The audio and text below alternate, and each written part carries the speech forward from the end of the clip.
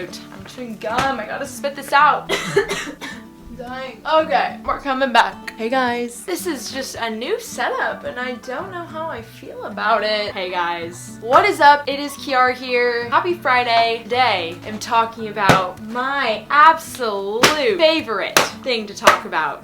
Studying! No, seriously though. I dug up all this stuff because this all has to do with what we're talking about today, which is how to study for tests in college, in high school, whatever grade you are. This is how I do it. I get so many questions in my DMs and my comment sections of you guys wanting to know how I study. I am a firm believer of everyone studies differently, but it's great to hear what other people do because that way you can implement the things in your own life. Right now it is week 10 at my university, which means it's known as dead week. So I have like certain tests in my classes now this week, and then finals week is next week. So I am just in that studying grind, you know? I don't even know where to start. Let's just start with like a couple things just to toss this out here. You need to study for certain classes in certain ways. So many of you guys know that I am a science major. My major is human physiology, which is basically like the study of the human body. I take a lot of science classes. So I'm gonna be telling you guys how I study for science classes, but also I am a media studies minor. So advertising classes or other things like that, I study for them in different ways. I'm just gonna go over it all, you know? Also, I am wearing my handy dandy glasses today. I hope they don't bother you. My mom told me that they made me look smart, so I'm into them, you know what I mean? I've also already made a tips and tricks video on how I like to take notes, and if you guys want to see that, I will leave it linked down below. The first part of studying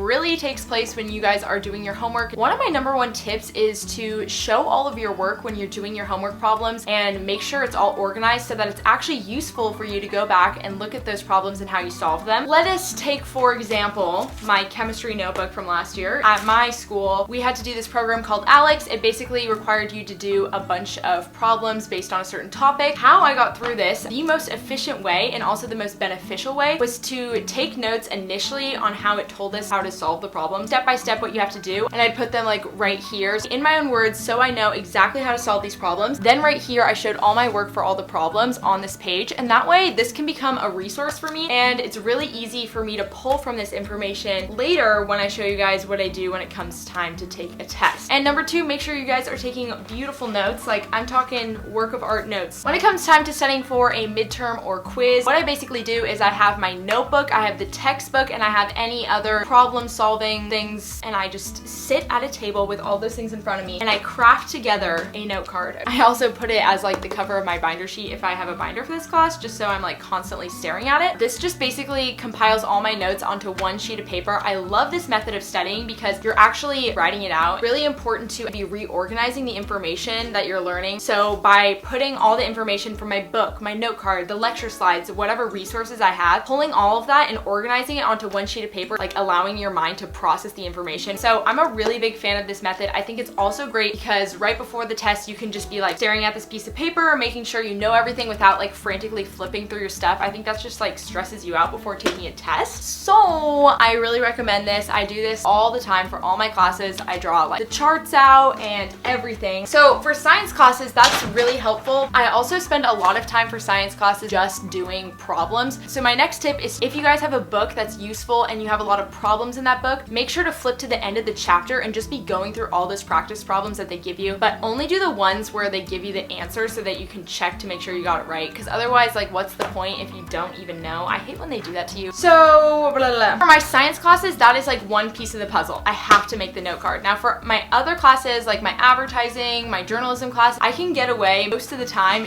just by doing this note card and I would learn all the information. And actually I've gotten so lucky that in some of my journalism classes, they even let us use things like this on the test, which is just convenient. Because when it comes time for the more challenging things, like conceptual things for science classes, it is time to get out the whiteboard. So last term I took Biology 212, which is a really challenging course here, and my friends and I, we all would go and we would actually bring these whiteboards and then we would test each other by being like, draw stomatal opening or draw like insulin in a beta cell. We would take our whiteboard colors and draw it all out and test ourselves to see if we can actually fully recall what the picture looks like. Definitely recommend getting one of these whiteboards. I got this for like $2 at Target and I use it all the time. I think it's fantastic. That was really loud and obnoxious. Sorry. Next piece of advice, ladies and gents. When it comes time to start studying for finals, I always get like a little bit lost because for the midterms, I make my note cards, and so you essentially think like, oh, I've already done my studying from the old material, but you still need to process all of it. So something that I did last term that was really helpful for my science class was I bought one of these notebooks. I got this at our University of Oregon bookstore in the craft section, and it is a recycled drawing book. It has 40 pages of really nice paper, and it's all unlined. And let me just scooch up so you can see this. Can you see this? Right there. Maybe you can see this better. So I basically took the information from my note cards and I kind of like recopied it down in a really beautiful form with all these colors. I spent a lot of time on it.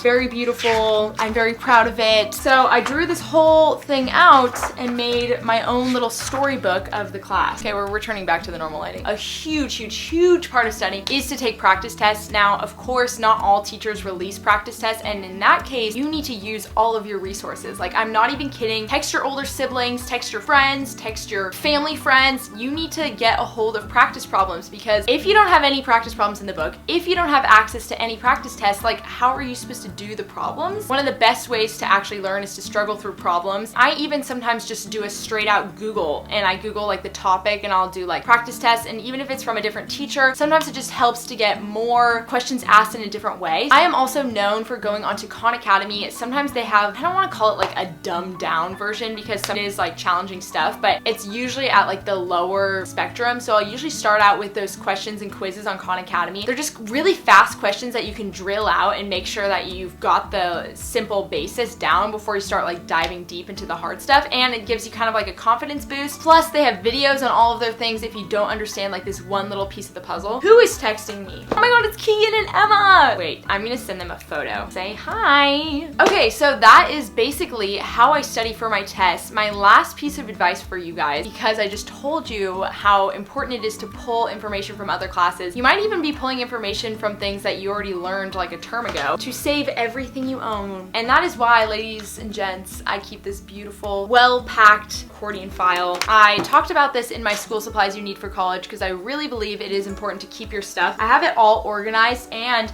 the great thing is I have it so well organized. This is like my biology 211, and I have all these note cards saved, which just gives me like a cheat sheet. Like, you can actually buy these cheat sheets at the store, you know what I mean? Like the laminated ones. Here you just made your own and you can use them and refer back to them. I also will save all my papers, and then I use these little sticky tabs right here to organize that information just so it's all together. The last couple things I want to say about studying and being like a smart student or whatever. There comes a time in your college or high school career when you're gonna have 2 tests on the same day, or 3 tests, or 4 tests, or all your tests are literally on one single day. And that literally sucks. Part of being a good student and having good test taking strategy is to be ready for things like that to happen, and to be constantly working hard at every single test so that you are having like a strong grade going into a test. You also need to know how to study, but not like overstudy to the point where you're honestly just wasting your time. I am constantly experimenting with different methods and ways I study so I can study like with the least amount of effort possible, but still get the grade I need. And it's not because I'm being lazy, it's just because I'm being resourceful with my time, and I know I'll have to like study for my harder classes more than my easier classes. It's just kind of about allocating the right amount of time for each thing. And that really comes down to knowing yourself and knowing how you study at the end of the day. My other thing that I've really learned in college is to start studying early. It's just like tried and true way. It's how your mind works. Like, it wants to be exposed to the information as many times over a longer span of time. Don't let like a test define you. There's many instances where I have literally failed tests before and it still works out in the end. And it doesn't always work out either. And testing and grades is a very hard, complicated, personal subject I have like grappled with throughout my college experience. I don't know, you feel like disappointed in yourself when you don't do as well as you hoped, and when you like compare your grades, and it's all just very complicated. So I just want to say, if you're one of those people who are watching this video because you've gotten bad grades and things aren't going so hot in the GPA world, you can do this. Like, don't give up now, and don't let this term like suck you down. If you have a bad grade in a class, let it be that motivation to work 10 times harder next term, next year, whatever it is. Be that supportive friend that tells someone like, you are so smart, you don't even know. This one test is not reflective of your genius. Ugh, I don't know why I'm so heated on this topic. Thank you guys so much for watching this video. Finish out your year strong. You can do it. I believe in you. Happy studying. Happy finals. Thanks for watching.